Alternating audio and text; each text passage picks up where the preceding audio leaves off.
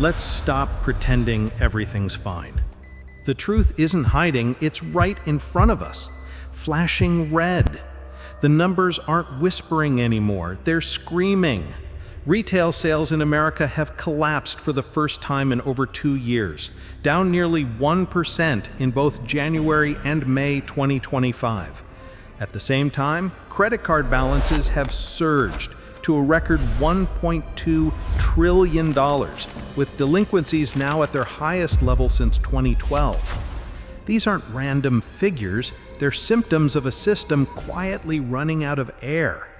Across the country, nearly 1 million jobs have vanished in less than 10 months, not just in tech, but in factories, stores, warehouses, the backbone of everyday life. Real wages flatlined. Essentials like food, rent, and utilities up nearly 20% since 2020. Savings barely hanging at 4.6%, the lowest since before the pandemic. It's not just economic turbulence, it's the slow-motion unraveling of the middle class. And while the headlines talk about resilience and soft landings, the truth is that millions are barely standing. Moody's just downgraded America's credit rating for the first time in more than a decade, signaling something far more dangerous than a mild slowdown. It means the government is paying more to borrow money, businesses are tightening their belts, and consumers, already crushed by debt, are running out of lifelines. You can feel it, even if you can't describe it. The grocery cart that costs double what it used to, the rent increase that doesn't match your paycheck, the creeping fear that one unexpected bill could send everything crashing down. You're not imagining it. You're living through an economy that's breaking beneath the surface, while politicians and analysts tell you it's strong. This isn't just about charts and percentages, it's about survival. Because when the middle class stops buying, the entire economy starts to crack. And what's coming next isn't another temporary dip. It's a correction so deep, it'll shake the foundation of everything we've come to call normal. The cracks are widening beneath our feet, and most people don't even see them. But if you pay attention, really pay attention, you'll notice it everywhere. In the empty stores, the layoffs that come quietly, the rising prices that never fall back down. The question isn't whether the system can hold, it's how long it can pretend to. Stay with me, because in the next few minutes, you'll see the truth behind the headlines, the numbers that Wall Street buries, the warning signs the media downplays. We're not witnessing another cycle, we're witnessing a slow collapse disguised as stability. And it's already begun. The cracks are no longer small, they're spreading. Beneath the illusion of recovery lies a dangerous truth. Americans are not spending because they can't. In early 2025, retail and food service sales dropped 0.9% in both January and May 2025.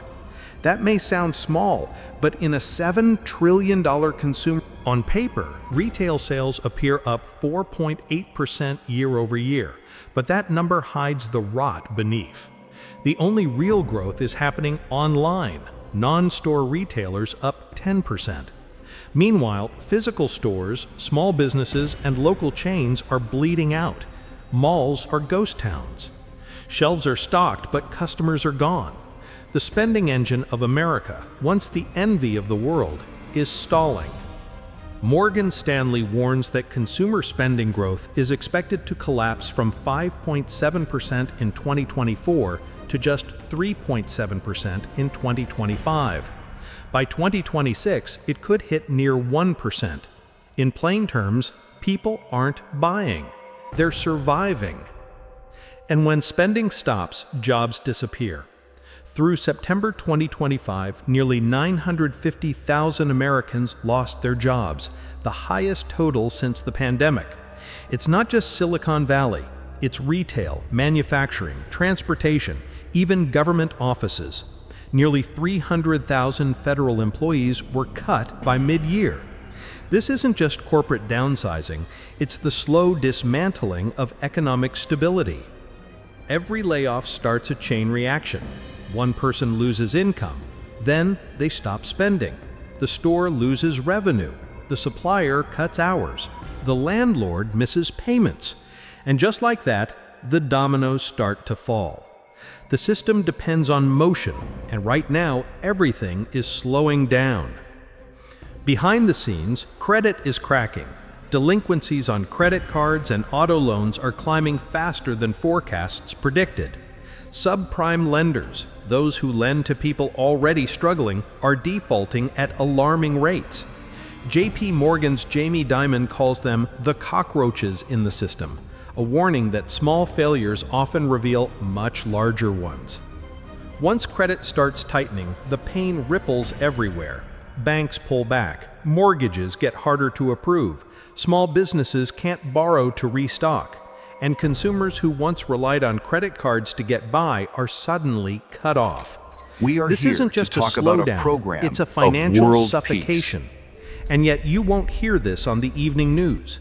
The headlines still talk about moderate inflation and labor market resilience. But resilience doesn't mean survival. It means resistance against collapse, and that resistance is fading.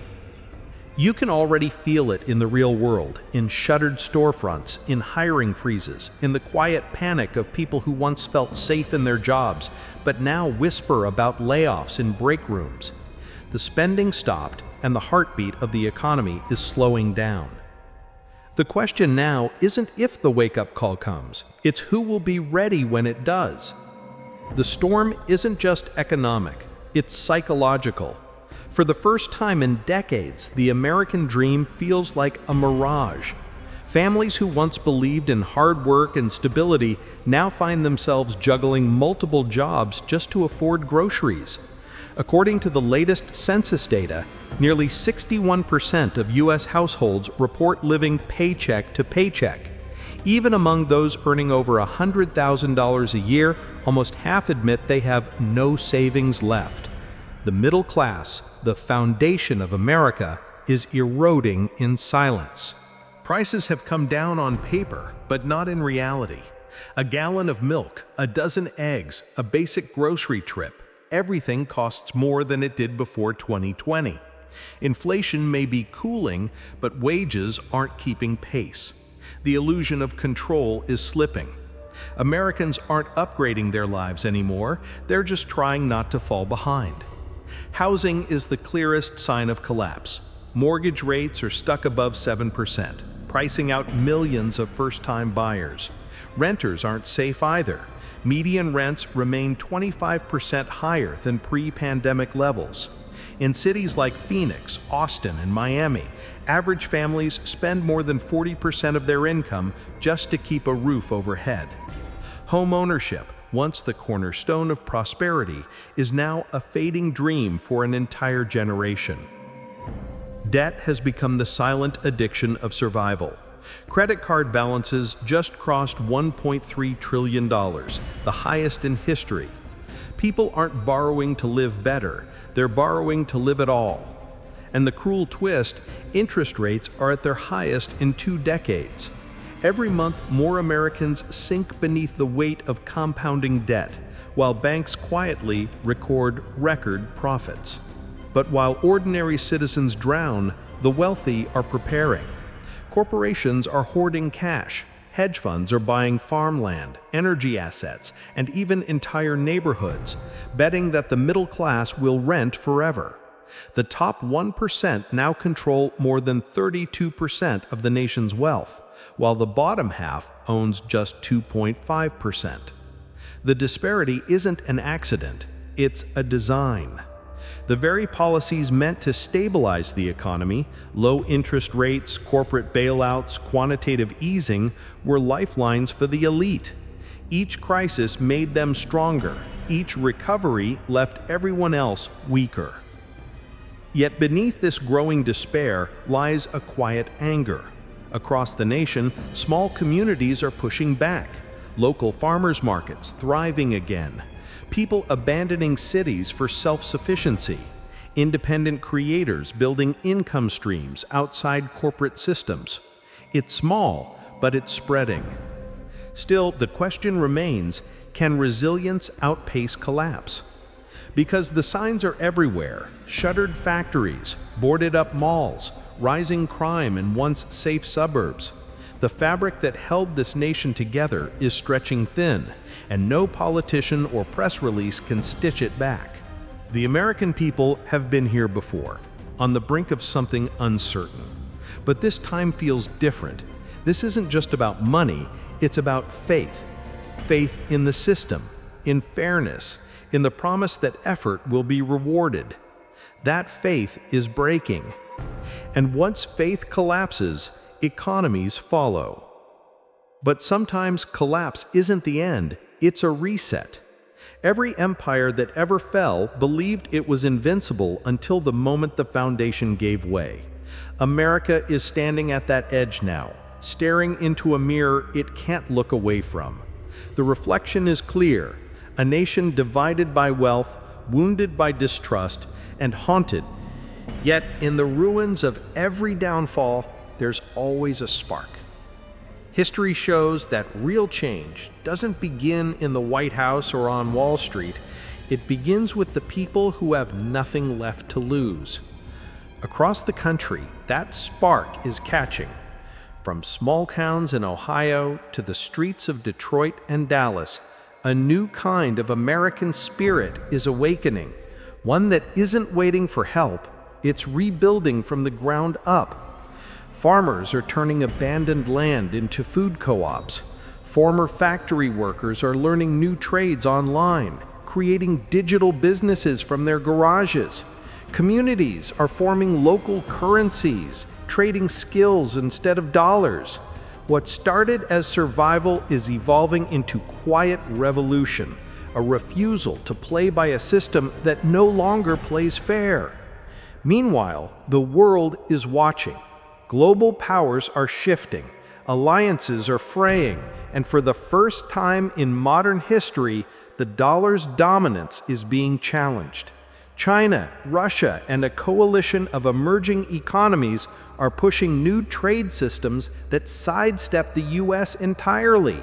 The result? The pillars of American influence, the economy, the military, the culture, are trembling all at once. Inside the nation, trust is bleeding out. Faith in media has hit record lows. Politics has become theater, not governance. People scroll endlessly through chaos, seeking truth in a sea of noise. And somewhere in that fog, one realization echoes louder than ever before: no one is coming to save us. But maybe that's the point. Maybe this is what rebirth looks like: ugly, chaotic, uncomfortable. A reckoning that forces a nation to remember what it once stood for. Freedom wasn't meant to be comfortable. It was meant to be earned, defended, and sometimes rebuilt from ashes.